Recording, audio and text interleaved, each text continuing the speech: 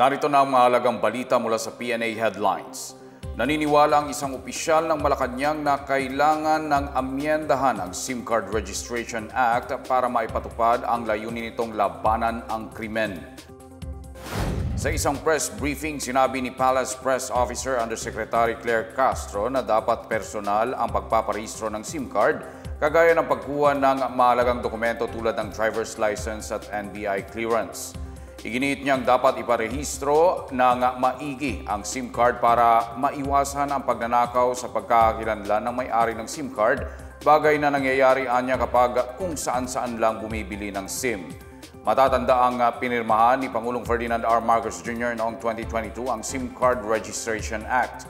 Dito pinagre-rehistro ang mga may-ari ng SIM card para mapigilan ang pagdami ng mga krimeng gamit ang text at online scam.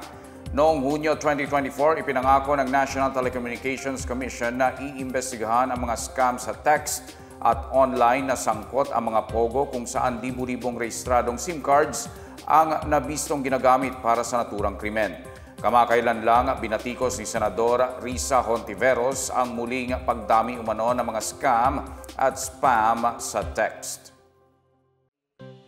Nanawagan ang environmental watchdog na Eco-Waste Coalition sa mga kandidato na maging responsable sa pagpapaskil ng kanilang mga campaign paraphernalia, lalo ngayong umiinit ang kampanya para sa 2025 midterm elections.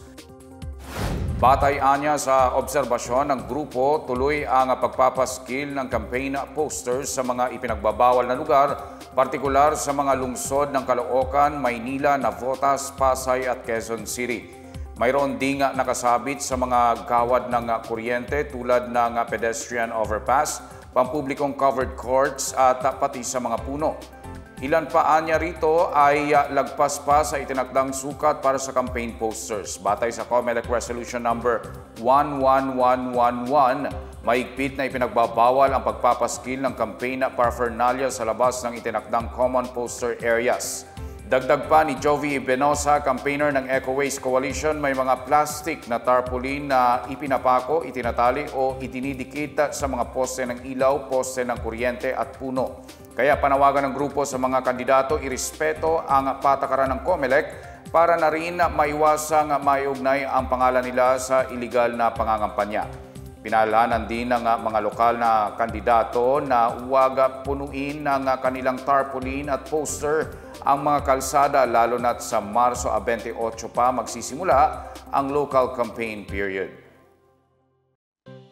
Hindi magpapadikta ang Pilipinas sa anumang bansa pagdating sa kung paano palalakasin ang kakayahang pangdepensa ayon sa Armed Forces of the Philippines. Ito ang sagot ng AFP sa pahayag ng China na dapat alisin ng Pilipinas ang Typhoon Medium Range Capability Missile System ng Estados Unidos. Ayon kay AFP spokesperson Colonel Francel Margaret Padilla, mandato ng AFP na palakasin ang kakayahan nitong protektahan ang bansa mula sa anumang uri ng banta. Bahagi rin anya ng pagpapaigting ng depensa ng bansa ang mga pagsasanay militar na ginagawa ng Pilipinas kasama ang ibang bansa. Ayon sa China, sinira ng Pilipinas ang pangako nito na pansamantala lang na mananatili sa bansa ang Typhoon missile.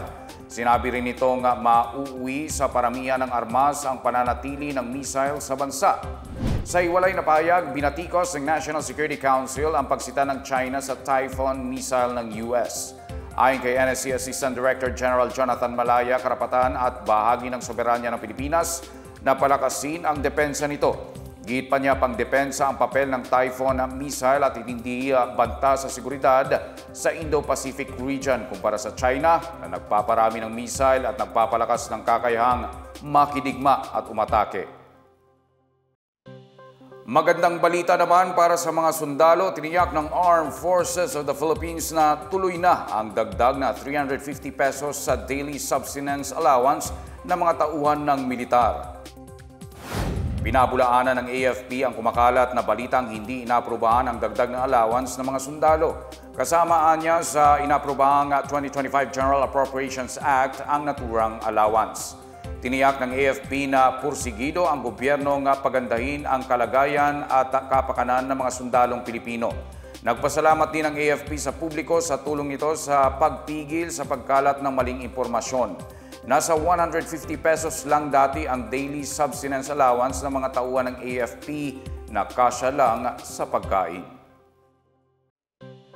Sari-saring pakulo ang inihanda ng Light Rail Transit Authority para sa kababaihang mananakay ng LRT2 ngayong Marso bilang pagunita sa National Women's Month. Sa ika-8 ng Marso, makakasakay ng libre ang mga babae sa lahat ng istasyon ng LRT2 mula alas 7 hanggang alas 9 ng umaga at mula alas 5 hanggang alas 7 ng gabi. Kailangan lang lumapit sa ticket booth para makakuha ng ticket ng libreng sakay. Mamimigay rin ang LRTA ng libreng pagupit sa 30 maswerteng babaeng pasahero. Gagawin ang libreng gupitan sa Antipolo Station sa March 12, sa Cubao Station sa March 19 at sa Recto Station sa March 26. Sa ika-5 naman ng Marso, mamimigay ng mga rosas sa mga babaeng pasahero sa Antipolo Station. Mamimigay naman ng libreng collateral para sa mga babae sa mga piling istasyon sa March 5 at 26. Pinangungunahan ng Philippine Commission on Women ang selebrasyon ng National Women's Month bilang pagbibigay pugay sa kababaihang Pilipino.